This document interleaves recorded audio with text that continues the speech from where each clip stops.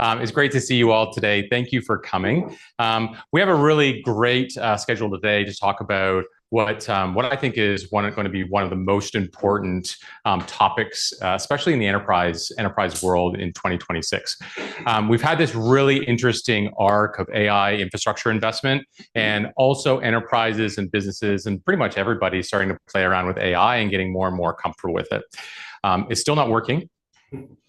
However, we are making progress as a species, right? And today I'm going to talk a little bit about, now that we're kind of more familiar with this new type of electricity or intelligence, and I'm going to kind of put air quotes around intelligence because I'm going to dive a little bit more deeply into that today. But we're going to talk about, well, what does the next era of AI investment by humans look like in organizations? And then we're going to pass it along to and have a great kind of fireside chat with Vanessa Liu, from the CEO of Sugarwork, who's been welcomed into the DAI fold, as well as zooming in from New York, Angelique Medley, who is a ex-Blackstone executive in a Portco background, as well as kind of a stellar career in RevOps, who was a Sugarwork customer. We're going to talk a little bit about, how tacit knowledge capture actually works within organizations, and then what are the benefits of that. But I'm going to start because I love talking about the future, and I spent a lot of my time thinking about really what's going to happen in the world and that convergence of AI, technology, and humans.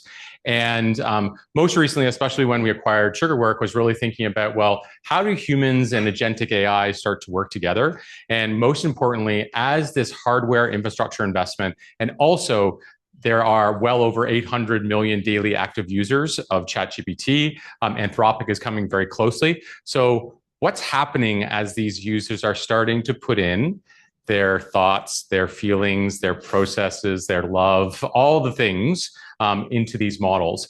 And what is a topic that I'll talk about today, emergent behavior. And what does emergent behavior look like within these models? And what are the risks of emergent behavior? Okay, so I've got a clickbaity title, the $1.3 trillion knowledge heist. I'm going to do some math for you later today to talk about that. But really, as we start to get involved in this, I want to talk a little bit about the dazzle around artificial intelligence. And I put asterisks around intelligence here because, when you get into Silicon Valley and you start to talk to the people who actually really work on this, and Vanessa and I have had the privilege of working together at Appen, and we were at the foundational level of model training. But principally, I think I want to give maybe just a pause for everyone to start thinking about this thing. Is like, foundation models want you to think that this is intelligence, but the practitioners in the space know it slightly differently. Ultimately, everything that comes out of a large language model is a hallucination. It's just a degree of hallucination in there. And that's why you can put the same prompt into ChatGPT 5 times and get 5 different subtle results on the back of it. I heard someone just recently, when I was in New York last week, say that we've created, essentially with these foundation models, created the world's largest memory. And all we've done is we've had from pretty specialized hardware to access that memory. Okay, so instead of being on our collective devices or what used to be on premise, right, and then it went to cloud, we're just taking essentially storage and we're putting that into clouds. That's another way to look at it. And then finally, it's one of these things, and why I'm not worried about AI starting to make movies or AI writing the next Shakespeare and all these things. It's really important to understand that these are probability machines. And so ultimately, because of the training data that's gone in, the generalized training data, they will always move towards the average. They'll always move towards the middle to serve the greatest group of population. And that's why when you get AI to write something, it feels very like right down the middle. It doesn't write non-obvious things. It doesn't create, well, if it hallucinates, it creates non-obvious images, some weird stuff. But principally, it moves towards the middle, right? And that's not necessarily a good thing. And as we start to think about, AI, and there's always these kind of strap lines in the news, it's like AI is going to replace jobs. AI will not replace jobs. AI will replace tasks in workflows. AI is an execution capability, right? It's not a pure knowledge capability today. So I think that's what I'd like. If the one thing that you kind of walked away today is to really don't worry about your staff and how that you're going to substitute them. Start thinking about, well, what are the tasks that your staff does? What do they do? And as we start to get into it, is like AI is the execution layer. AI can do some tasks very well, but what humans capture and what we have is the judgment.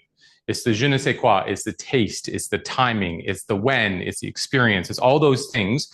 That is what's the value, that's what's of value. And we're going to talk about that being extracted by these foundation models today.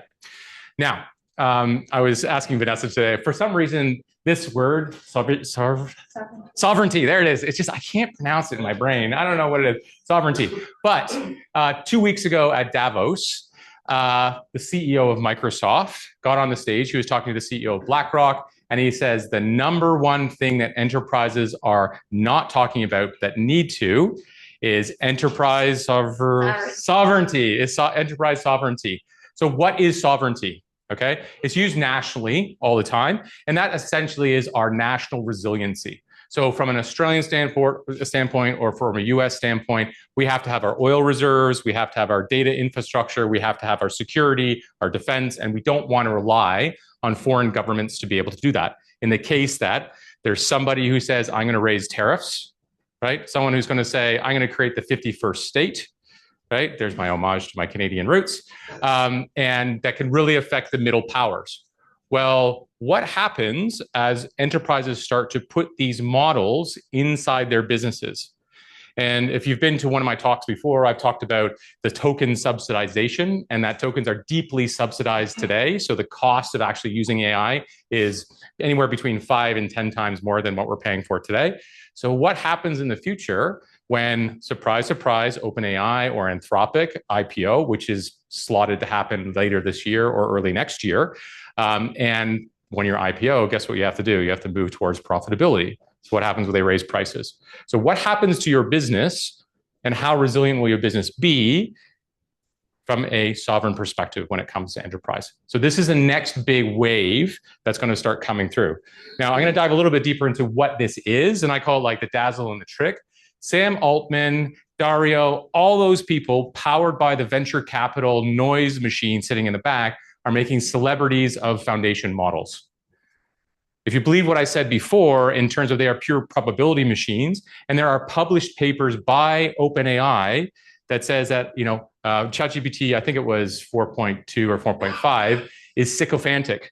It will give you an answer even if it's wrong, right? And I've caught myself as well, believing these things, but they want you to believe that they're intelligent because that means you're going to use them and to create the habit, okay? Fundamentally, these models are calling from the same playbook that Google did 25 years ago. Google created the front door of the internet. They scraped all the pages of the internet. They built the habit of us to be able to search for things. That created the world's largest search index. And guess what they did? They turned it on and became the front door of e-commerce. There is a $368 billion a year pool of money that Google has from e-commerce that these models are working towards to try and change our habits. And so as you go into Claude or as you go into OpenAI or any of these things, just notice it's growth hacking. When they give you your result, it asks you, what would you like to do next? Always. There's always a prompt to do the next thing, and that's habit building on the back. But fundamentally, the real asset that these models don't have yet is what's called decision logic or schema. And schema is going to be the most important thing. And this is kind of this great flip or inversion where your process in your company becomes the product. So if we're able to now plug in intelligence into our business, how you do things will become more important than what you actually do. We're going to spend a little bit of time talking about that. And so, but behind that, and the terminology that's being used is called schema. Okay. And schema, another word for that is the decision logic. It's the structured way you think about things. It's not process, right? It's not a process flow. It's what goes on in our brains when we start to make decisions on clients, when to boot a client to the door. You can size someone up when you meet them in the room. Do I go sell hard on them or do I take more time? It's those really subtle things, that nuanced things that happens within your brain that AI doesn't have, but is incredibly valuable. And it's the things like which variables you check first, when you override standard rules, when you've used it. We've all done it with an internal system. If you worked in a big enterprise, there's always like, it's been built by somebody else. And you're like, no, that doesn't work. And that doesn't work. You got to do this stuff, right? That's what a schema is. And that's the magical je ne sais quoi that humans have that AI doesn't have. And I want to give you an example here. So you have Goldman, Morgan Stanley, and JP Morgan, right? Those are all investment banks. All those companies have exactly the same inputs when it comes to assessing the OpenAI IPO listing, right? They're all pitching for it, right? But each of them has decades of deal experience. They're managing partner structure, right? The people, the cross-border transactions, the thousands of deals that goes into the schema of Goldman Sachs or the schema of JPM or the schema of Morgan Stanley. That is the valuable thing that makes them win the deal.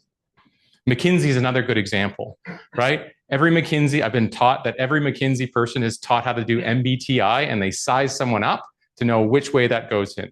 There are decades, McKinsey is coming up to over 100 years of experience in winning deals, apprenticeship within the program to be able to create consultants that knows how to size a problem, know how to look across, and they have a cadre of people with different industry experience to be able to do that. McKinsey publishes their techniques enthusiastically, actually. But in the artifacts of the fancy PowerPoint presentation are just those artifacts of the process that they go through. Now, if you are going to be able to try and take that in the past, there's a lot of friction because you would have to hire 10 managing partners and pull them across.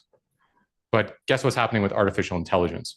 Within 12 to 18 months, AI can extract all of that. And once it's gone forever. And so that's why sovereign enterprise positioning is so important. And so models are commodities. The difference between Anthropic and Claude is really just a marketing exercise today. They're coming out with like new releases and stuff all the time, but principally the marginal cost of inference between models is zero. And so really it's the schema that's monopolies, right? It's the way that Morgan Stanley does the thing it does, or the way that McKinsey does it the way it does, or the way that manufacturing sales team pitches their customer to win against their competitor.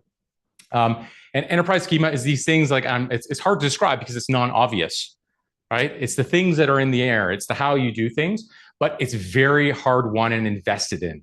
Sometimes it's decades of experience, like classically it's called experience, right? And that's why mentorship and apprenticeship is so valuable and probably should be brought back.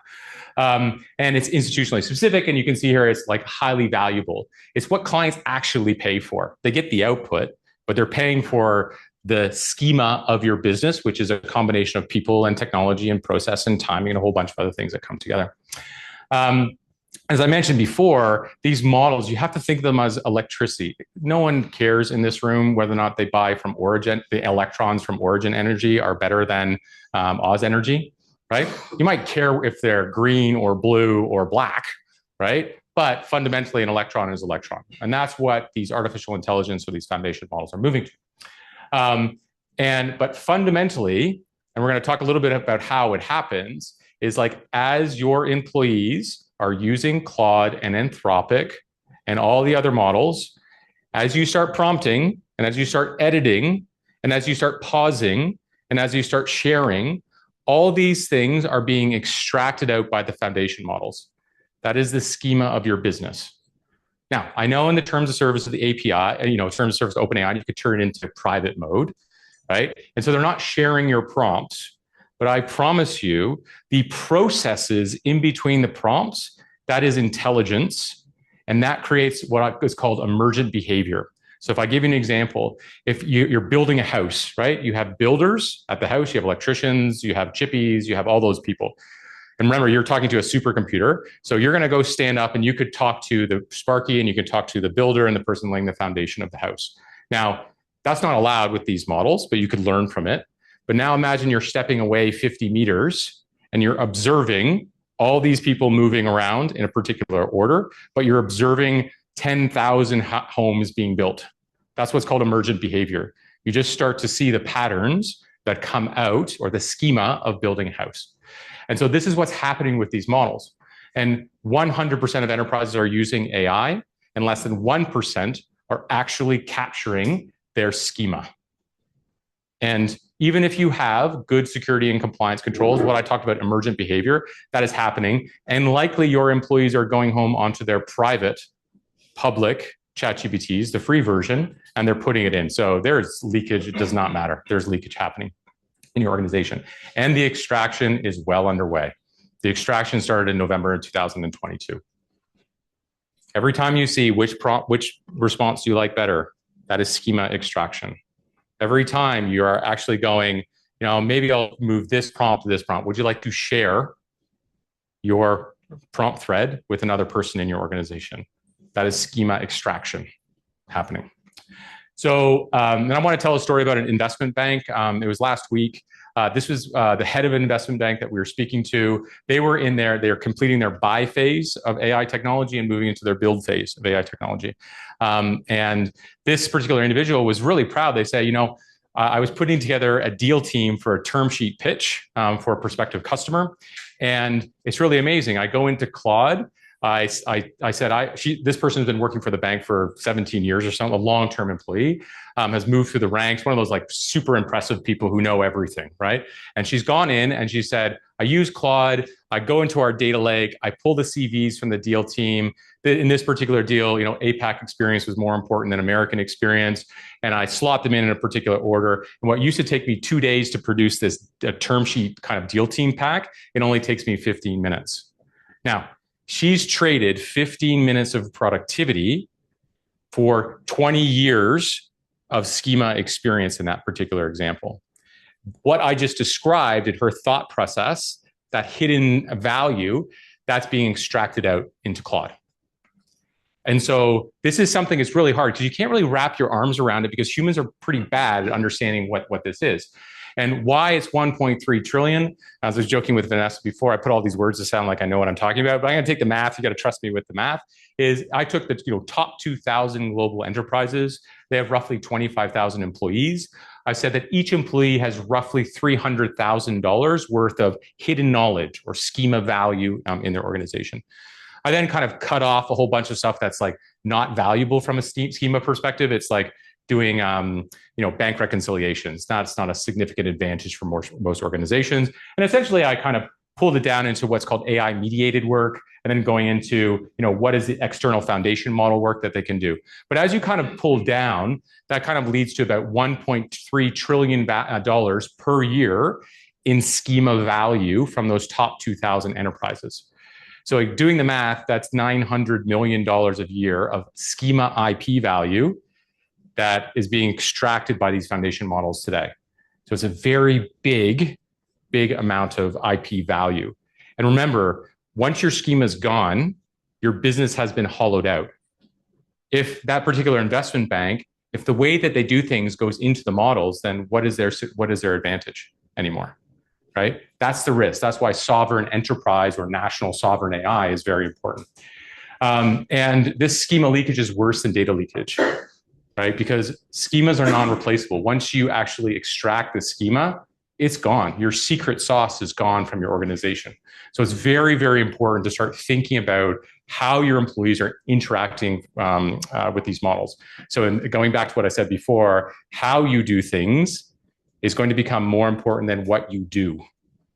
And so as we get into this, and this is probably the good segue, is if you're thinking about AI or getting into AI, and this was one of the fundamental reasons why we wanted to partner with Sugarwork and bring these two companies together, is before you actually start thinking about your AI transformation journey, you need to know who you are as a company.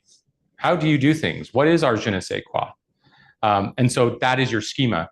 And there are tremendous, as you'll hear today, tremendous kind of additional areas of value as you start to collect your schema. And you start to, so number one, there's defensive abilities. That means you can buttress it up. You know it. That means you can stop the leakage.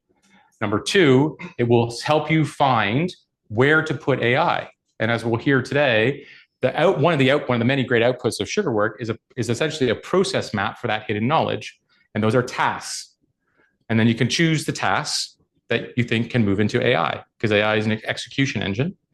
And also, that hidden knowledge, which is the structured schema plus all of the transcripts that sit underneath, that can go into your private models as training data. So it's a circuit, it's a compounding effect as you start to capture this schema and put it into your organization. So thank you for listening in. There'll be more. There's an article there on your chairs if you'd like to read, and you follow my Substack for more exciting introduction information. But I'm going to bring up Vanessa, and we're going to call in Angelique. So as we're kind of preparing this together, just a bit of background on Vanessa. Vanessa has a sterling career in the States. She's flown all the way from New York to join us, so thank you from coming from very cold New York. And in addition to founding Sugarwork, Vanessa led the incubator for SAP.io out of North America, has founded numerous companies successfully and exited those companies. And also we have joining us today is Angelique Medley. Angelique has a sterling career and has background at SAP, where she led RevOps for SAP North America, as well as a Blackstone Group, which is one of the world's largest portcos and portfolio companies, and numerous other amazing board positions. So we're really lucky to have them both here today. And I'll pass it across to Vanessa to do a quick intro on Sugarwork, and then I'll get Angelique pulled up on the board after. Great. So good morning, everyone. And thank you so much for being with us this morning. So I just went from New York yesterday, and so bear with me if I'm not at 100%. But at Sugarwork, and I think some of you might have heard a little bit about what we do, but we are obsessed with institutional knowledge. This is something that I personally have been thinking about for the 25 years of my career when I first started at McKinsey. And the work that we do at any professional services firms is really based on the insights that we derive for our clients.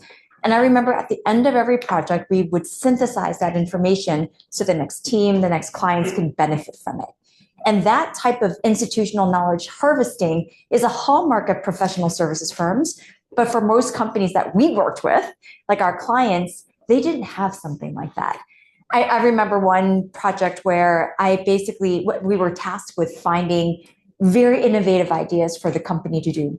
As a part of the work, like I was a junior consultant at the time, I was walking down the hallways, interviewing key management team members, key executives, the next layer down, packaged up my findings. I remember presenting it to the board, presenting it to the CEO, and they were like, these are amazing ideas.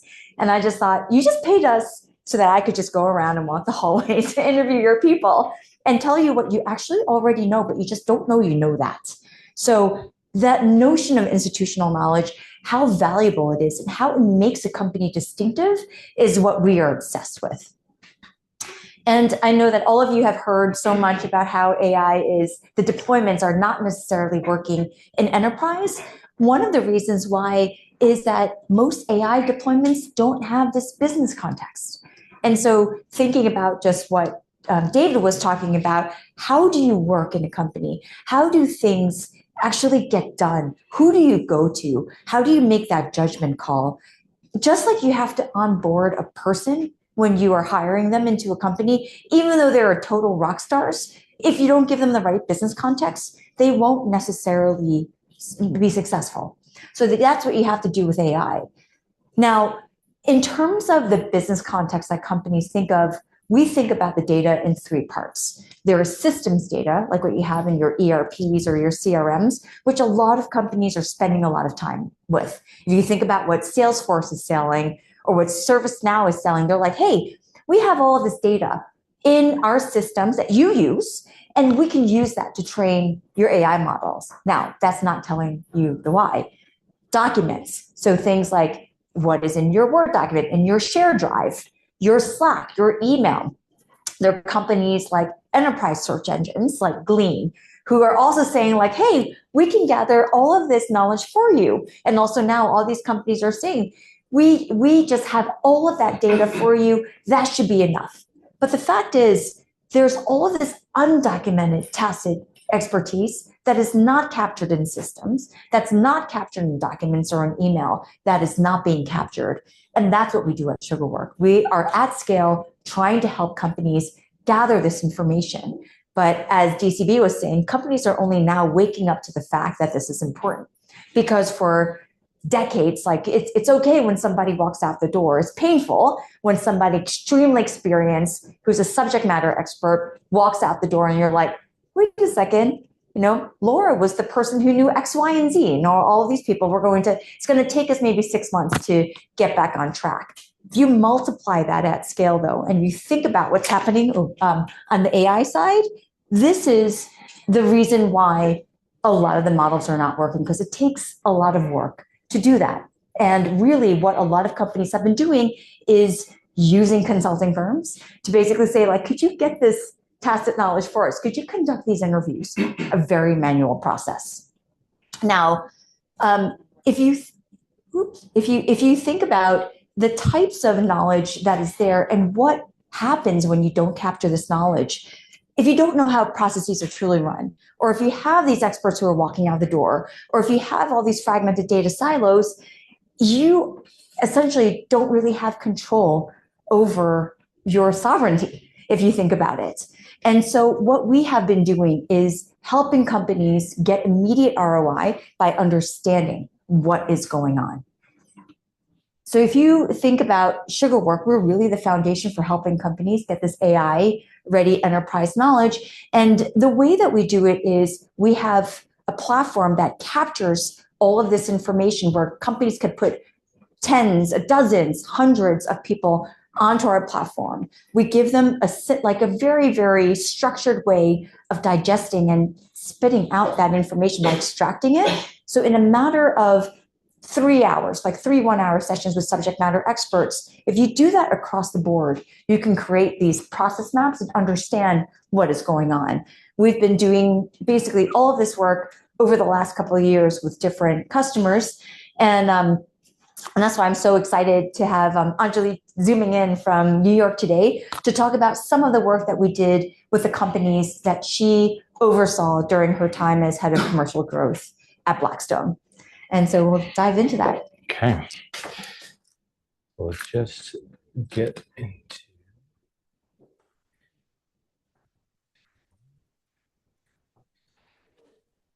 Good morning or good afternoon, Anjali. Can you hear us? Hi.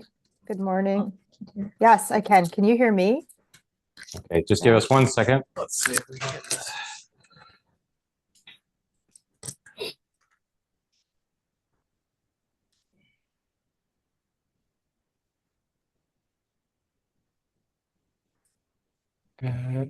Anjali, do you want to just say good day? See if we can hear you.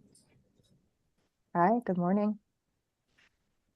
No. We can't hear you.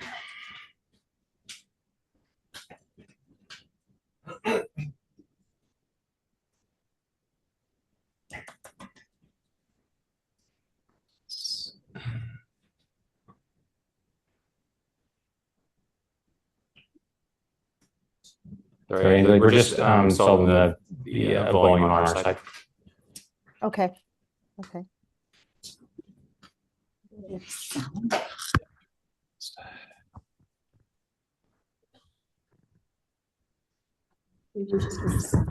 Can you hear me now? I think it's because it's I think the TV is got a sound.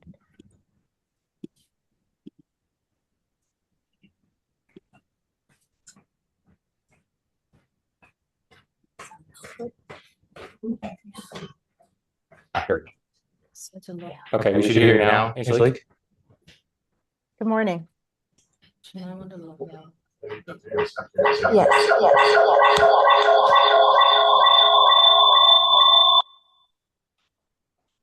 Okay. Hi. Good morning. That's fine.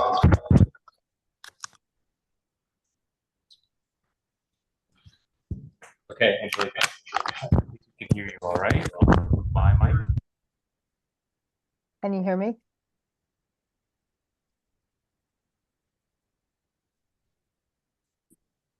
Good afternoon, Anjali. Thanks for making the time today.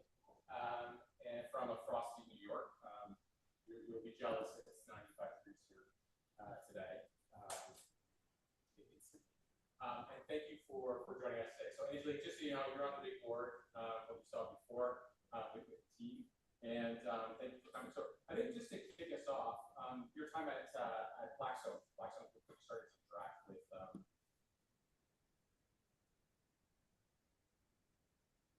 I think, can you hear me, DCB? I think online we can't hear you. It's very faint.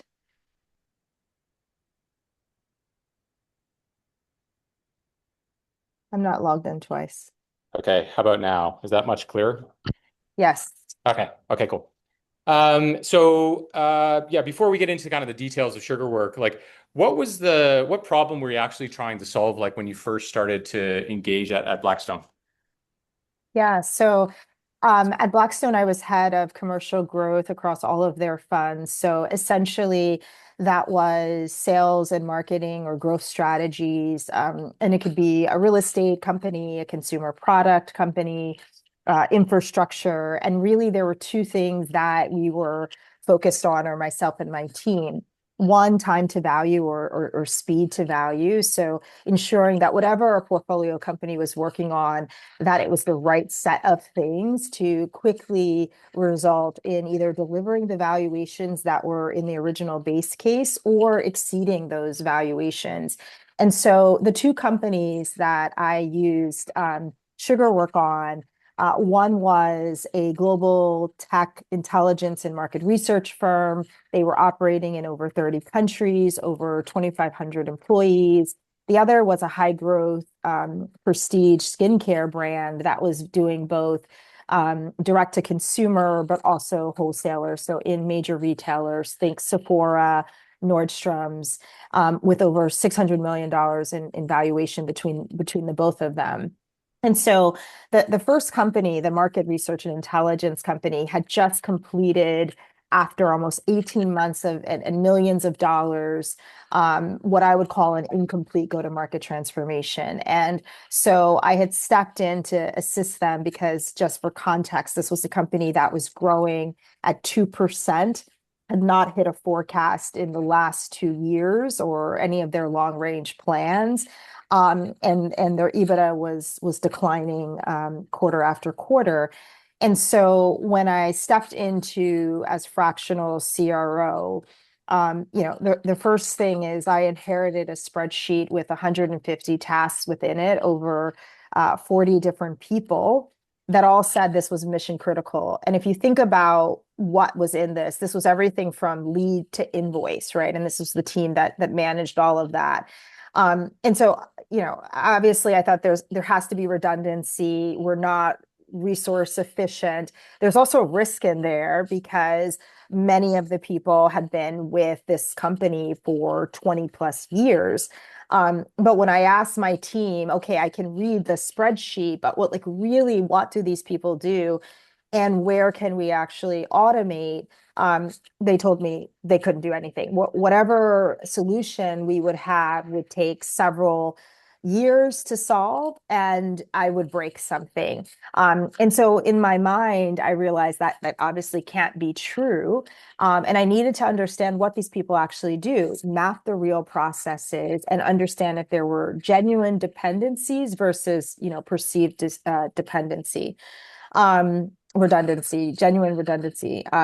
The second company was a different trigger, but underlying same problem, right? The CEO and CFO, they were growing rapidly, but the competition, since they had been acquired by Blackstone, had grown by 10x. And so that meant that they needed to sunset unprofitable SKUs, but accelerate new ones. And that whole commercialization process, from ideation to what sat on the shelf. So formulation, regulatory, contract manufacturing, distribution, these were all managed by different teams in a project management system like Reich. And so again, before they could understand how they could actually bring certain products to market, they needed to know what the critical path was. Did they need to make system changes, structural changes? And so again, I thought of Sugarwork as being able to get to that in a really rapid time frame. Mm-hmm. And Angelique, when you decided to implement Sugarwork, what was the reaction internally? Were people terrified? Were they enthusiastic? Were they constipated? Somewhere in between? Like where? Well, I think when you talk to the decision makers, the CEOs, the CFOs, the C-suite, they were all, very interested and optimistic about the outcomes. But when you start to talk to the what I would call the knowledge workers, there was skepticism, right? Because what they all assumed was that this was a headcount exercise, and in some cases, it partially was. But I think once people started to, and I think about that consumer products company, once they started to talk and participate in these knowledge shares, it really helped them be able to articulate how things really worked and where some of the hidden traps and opportunities were, versus how maybe the leadership thought things actually worked. And there was also relief in that people wanted to share what they do and how they do it. Just double down on that one piece is so just playing back to you, people kind of had this opportunity to say, this is how things really happen. Is that the right way? Is that another way to say Yes, it, Angelique? And they felt kind of enthused. empowered. They could act empowered. That's the word. That's the word. Okay. And as you could you walk us through maybe one of the two companies as you started to kind of implement Sugarwork, the time scales, the lift internally at one of the portcos that you're at, and like, did you find out anything you didn't know? Or that the organization didn't know? Yeah, so I think one of the first things is that if we use the consumer products company, I mean the lift for the company was relatively light. So there was a project manager or director of commercialization. She led the effort.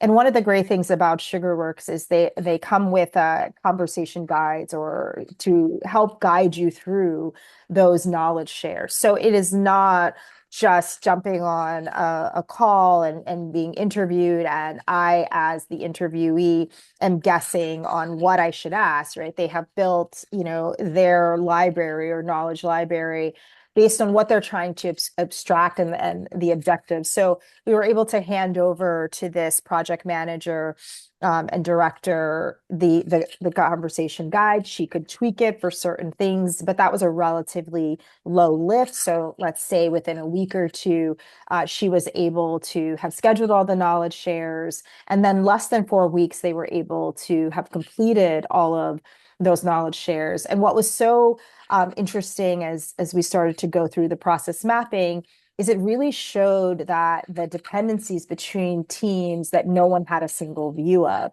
And they all were managing their own piece. But what became really relevant to the CEO and CFO was that no one actually sat across all of it. So from product to regulatory to manufacturing to marketing and retail execution, the risk wasn't just in one team, and it wasn't just one team that was a bottleneck. It was in all of those handoffs that were happening. And just going into those risks, and we introduced to this group today this concept of tacit knowledge or hidden knowledge or invisible knowledge. Was there one or more like elements of that was completely invisible to the existing employees that kind of came through the Sugarwork exercise? Yes.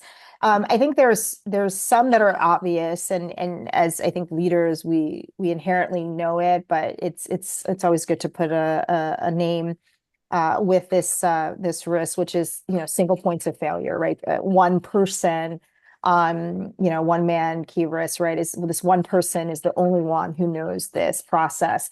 But then there were workarounds that had become permanent processes that people had never stopped and said, well, this is the way we did it 3 years ago because of where we were at that moment in the market. And especially in this case, because this was a company that had been a startup, had kind of created a category that didn't exist.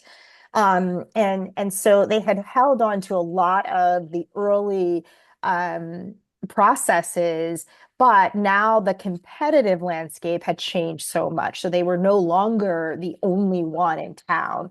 And new incumbents were new entrants were coming every day.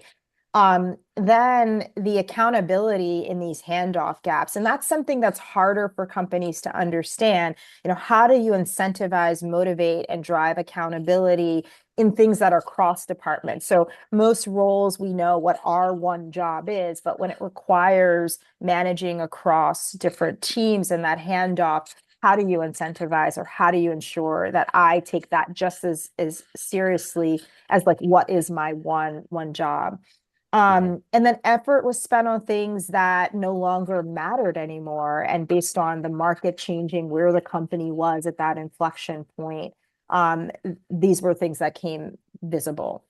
Yeah, yeah. And Angelique, just talking about timing and alternatives, if you didn't know about Sugarwork, where would you have gone and what would have that looked like as compared to like what actually happened?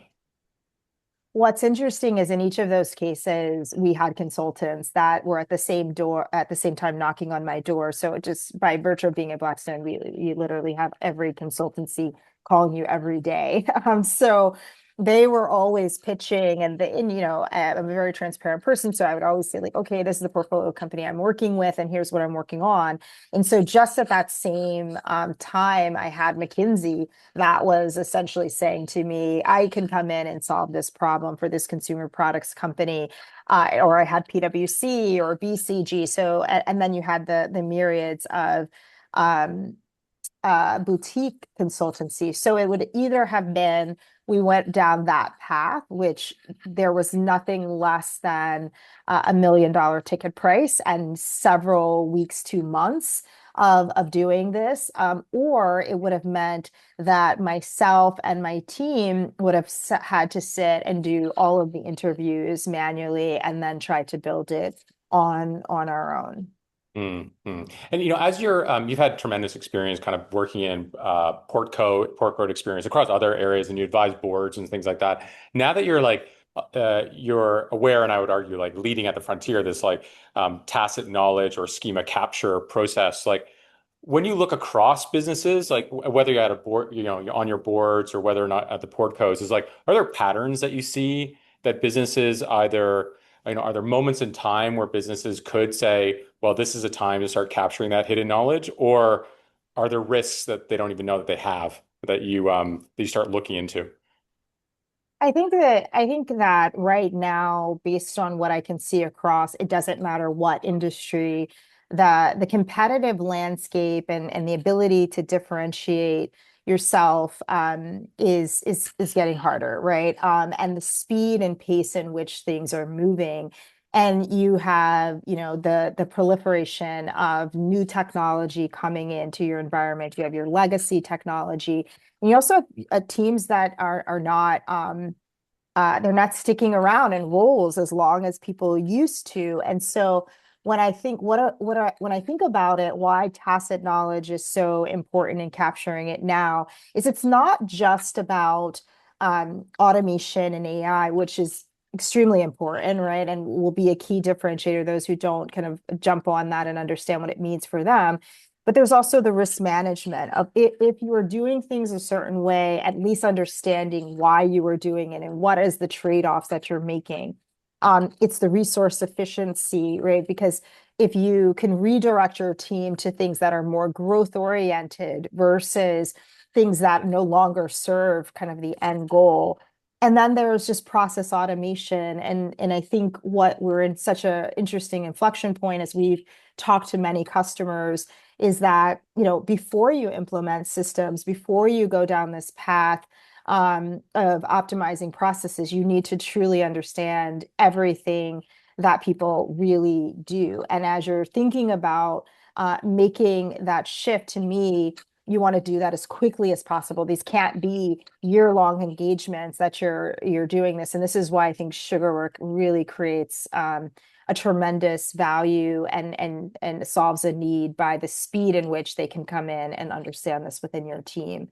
And then Yeah. it also can be continuous, right? It's not just, it doesn't necessarily have to be static once and done. We did a workshop and then no one ever read the manual again. It can be part of continuous learning within your organization or knowledge you're taking as a data source within your organization.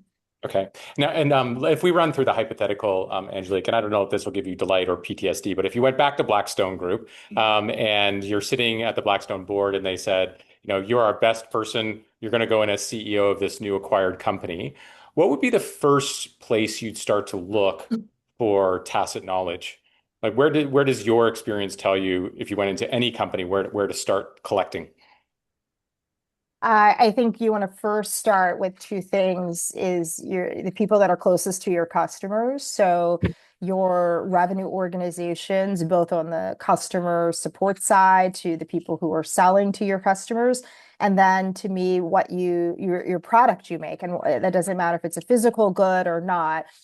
Because you also want to understand that process. Those would be kind of the two most important areas that you want to first understand really where either the bottlenecks are, the redundancy is, the actual secret sauce in some cases, like what really differentiates you and makes you unique. And you want to expose that as quickly as possible. Okay, awesome. Now I'm going to pass to Vanessa as well, and I'm going to maybe start with the same question. And so as you imagine you could wave a magic wand and you went back to McKinsey and and you went in as CEO again, where would you look for that hidden tacit knowledge? I actually do think the product side is an area that many companies just have not spent a good amount of time in to understand how do we derive this? How do we make something really truly distinctive and capture it again and again and again? I always think about what happened with Dell, and how basically over time they started outsourcing everything, every single part of the business. And the moment they decided to outsource, how do you actually make the computer? That was when they were toast. Like it went way, way too far.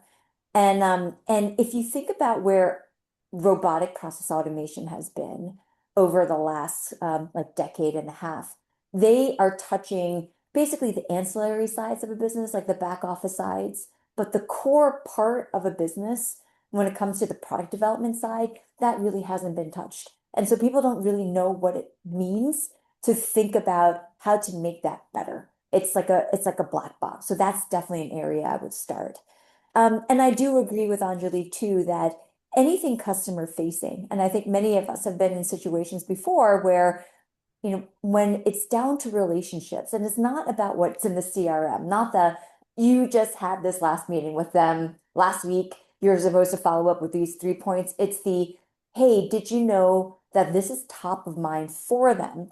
Because if they were to drive and show something, they get a win, and that win is going to enable them to do X, Y, and Z there. That's never in the CRM. That's the info that I would say you want to spend as much time with, because relationships really drive the customer side of a business. Okay, awesome. Now we're coming up to time, so I want to open it up to the floor because I saw some questions pinging through on the chat, but maybe just Carol and the team just like get that, and they'll Carol, just feel free to ask the questions that are coming through, and then we'll answer them. But anybody want to start us off on the floor? Yes. Can you just tell us how your program or process works, the elevator pitch versus consultants? Yeah. So if you think about, consultants going into an organization doing a ton of these interviews, we actually have the platform where the companies can run these interviews themselves. They basically just onboard them onto our platform. We give them structured conversation guides, and they get paired with one another. And also down the road, they could be paired with an AI avatar that just do these interviews. But a consultant will basically say, let's get into a room and do a series of interviews. Or we could do like 3-day workshops where everybody's in a room and you have all those post-it notes. By having these one-on-one conversations, and we're stitching it together at the end using AI to prompt all the data, we create those outputs at scale. So instead of you as an individual participating in a 3-day workshop and losing those 3 days, it might just be like, I just need to do basically 3 1-hour sessions, and it'll be fast and it's at my own pace. And so that is it. You making it agenda for that, because I found people are often more honest with. Yes, in a one-on-one situation. Oh yeah, we are getting the real deal. And what's fascinating is that it's not just a process map that we're creating. Like it's not just about, hey, these are the steps and these are the pain points. What we also get are this is not working because, there's this personal situation that is happening, or interpersonal dynamics. So what we always typically do alongside a process map rendering is an organizational assessment to be able to say, actually, before you even begin automating, there are these things that you might want to think of in terms of how roles and responsibilities are divvied up that you need to change as well. I saw one question come through. Well, Angelique, you were going through this one. Could go to you, which is, what about organizational language? When you were implementing Sugarwork at the two port codes, like it's companies can have their own language. So how did Sugarwork end up managing that, and did it do that successfully? Yeah, well, I think that's such a great point. So one of the things is that the team within Sugarworks works very collaboratively with the end customers. So in both of our cases, it was iterative. Like some of you always have like a champion within the organization, and so as we started to bring out recommendations or the process map rendering or the organizational assessment, they went through a process of reviewing that within the company, and there were certain adjustments that we would make, but also refining the tool as well, so that it's not manual, like we're going in and changing this word or that word, but being able to have the tool refine and adapt and save in its memory across those knowledge shares. So we didn't find that to be a problem. And when you think about the two companies I described, they couldn't be farther apart from what they do and what they serve. And the tool was able to understand really clearly the objective and goal. Awesome. Question back, yeah. Sure, from before, yes. Yes. So as someone who has gone into organizations and done the process mapping manually for, I'll come across my fair share of, I guess, trust and like reluctance to share things when like a consultant's coming in to reorg the organization. So can you speak a bit more about how to prepare the organization for that? I spoke about org assessment, but culturally, like how do you prepare the team members to be open and honest and transparent about all their workflows and processes? Right. I think so many companies now are just realizing this is the first step for them to understand where are all of the possibilities. And the most important part is to make people feel comfortable that this is not a headcount exercise, right? Though obviously at moments there are, let's just be honest. But being able to say, this is a way to understand how we do things, and where you're also participating in thinking about how we should be changing, that has been the best way of presenting this type of work. There was this one, like a NASDAQ listed med tech company that we worked with, where they were like one of our first early customers. The CEO was like, look, I want you to come in because the average tenure is 25, 30 years. People have been there a very long time. And he had 3 facilities, and he basically said, let's just get started. One of the facilities was just like, this is weird, like this AI thing. I mean, we're talking about 2 years ago. This is really woo-woo. We're getting very scared. We don't want to participate. The other 2 facilities just started sharing information, capturing the processes. The next thing we knew was that on the platform, that 3rd facility was going online and doing these interviews. And we asked why, like behind the scenes. And it turns out it was because the other folks were like, this is really great. Like, we're now finally able to share what we know. We haven't been asked this before. And it actually made them feel very validated that it really mattered. I know there are so many moments like in career switches. I think when I was just leaving SAP to found Sugarwork, I gave 4 months notice. And I remember just like, jotting down all that I knew, documenting who was in my email, talking about who's who, like trying to do like a knowledge share with myself. And I just remember thinking, like, if I didn't have that exercise and I would just walk out the door, I would just be like, well, all that work that I've been doing over the last few years, has it been for naught? Because no one's actually asking me about this. So being able to tell the organization, this is a way for you to, number one, have your legacy stamped into the company, and also think about your role in changing the strategy for the company, has been most effective. Yes. Be interested to understand having captured this tacit knowledge, typically what sort of next steps do organizations need to consider? Yeah, Because some of it's going to be not very good process, presumably. correct. Because you don't want to automate a bad process. Yeah. You don't want to say that this, oh yes, the way that we've been doing things, we should just automate that and just still not be great. And so what we're finding is that the organizations just even having an idea, a sense of what is going on, they do take the time to say, okay, we know what we need to automate, but does this make sense? And is this the first thing that we should do? So those are the types of questions our customers are asking themselves. And we've been working with them through that. In addition to, hey, if you want to implement this, we should talk about that, but we don't want them to rush into doing it right away. And presumably sometimes it might be a higher order question before you automate. Do we need to be organized? Do we need to Correct. There has been those moments where I think it actually it spits out in our platform. Before we come up with like 30, 60, 90-day plans.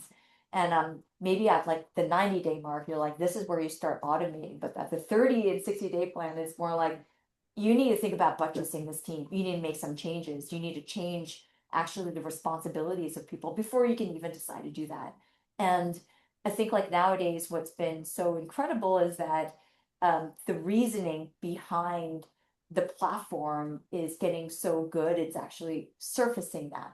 And again, we're not in those conversations. Like I'm not like in my past consultant life actually doing those interviews. And so when I see those results, I'm like, is this kosher? Like, are they going to be okay with it? And we just hand it over. Maybe that same question to Angelique. Angelique, the question was, once you've gone through the Sugarwork exercise, like what happened after? What did you do with the assets and artifacts that were created? Yeah, so in the case of one of the portfolio companies, it was with the intention of trying to automate the process, as well as simplify our tech stack, and reduce the redundancy, the people redundancy. And so we were able to implement in a rather short order a restructuring within that group. We kicked then off a Salesforce project because we were paying for licenses that we were using less than the functionality, and we had people workarounds.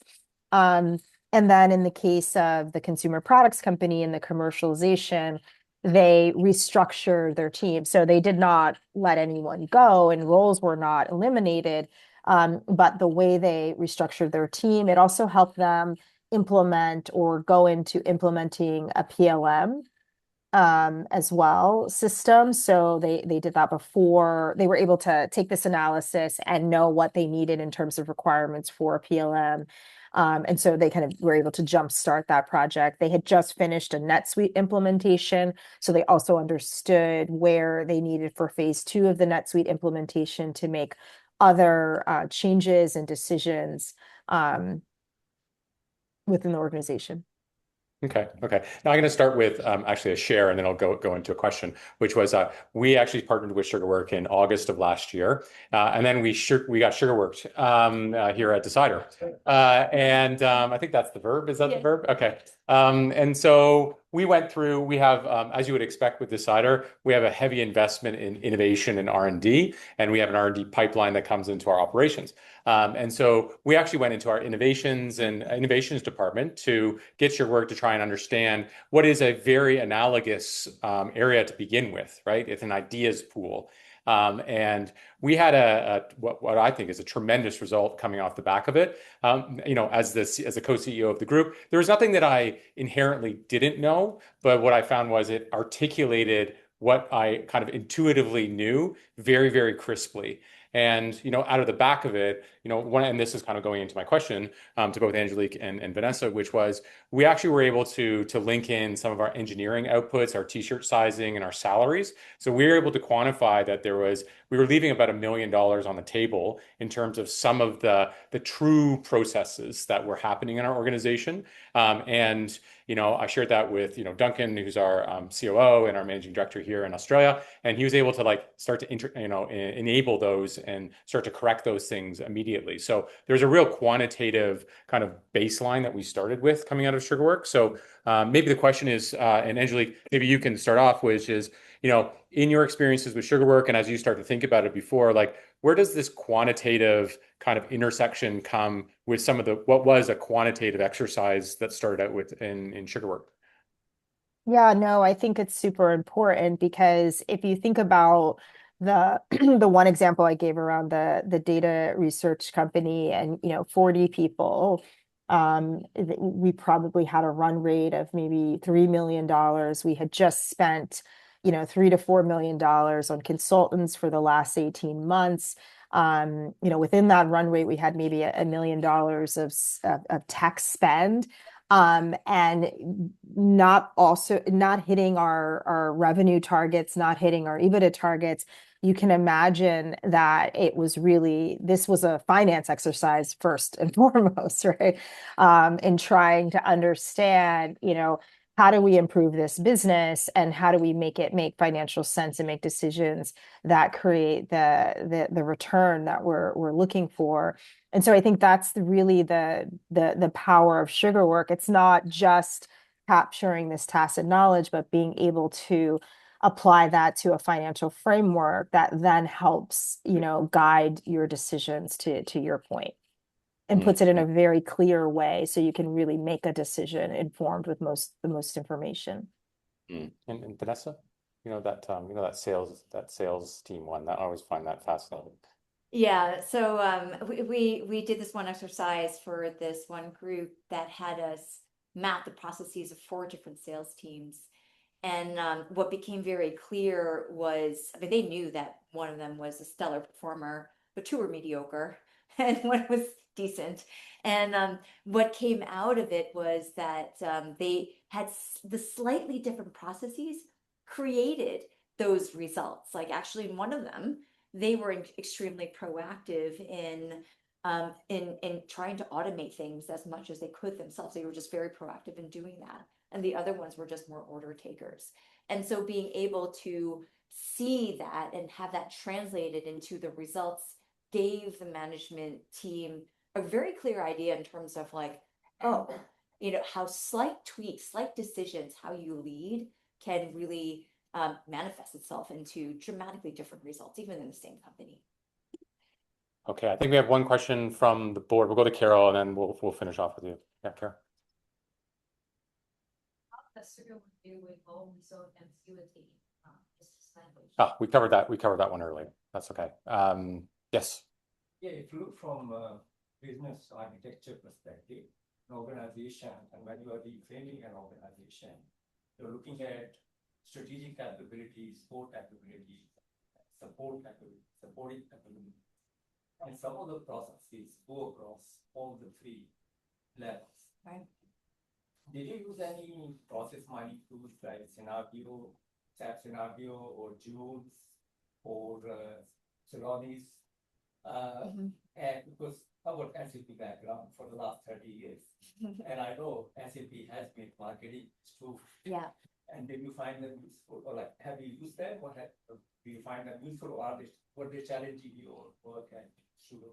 No, so Angelique and I have our SAP backgrounds, and so very familiar with the process mining tools. We don't use them here. Really, what we're trying to capture is that data that is off systems. So a Signavio, a Celonis, a UiPath is about capturing what is in systems. And so if you think about the systems data, we're like, great, you go and do that. We're capturing what is undocumented, the off systems data. Now, what we're thinking about, though, is integrating those types of insights with our tacit knowledge, and that would be a very powerful combo. So we're thinking about these companies as more as partners down the road. We actually had basically one of the key execs at Salonis who does business development here a few weeks ago. And so this is how we're thinking about evolving the product. Okay, one more question. Yes. I have a question. Like a lot of organizations before documented their processes, knowledge bases, vary states of recency. So how do you then kind of update those or, integrate those into what the existing things? Yeah. So right now, I mean, we are still standalone, but we are working with companies to get their processes updated. We're actually doing a piece of work with a healthcare provider right now, and they run the largest senior citizens healthcare provider network in San Francisco. One of the pieces of work we're literally just doing the readout this week is to update their dentist manual. And so they gave us the manual, this is something that has not been updated in 3 years. So they did a series of interviews, and what we've produced for them is an update of that manual where they essentially did 5 hours of interviews, and bam, here's now the updated manual.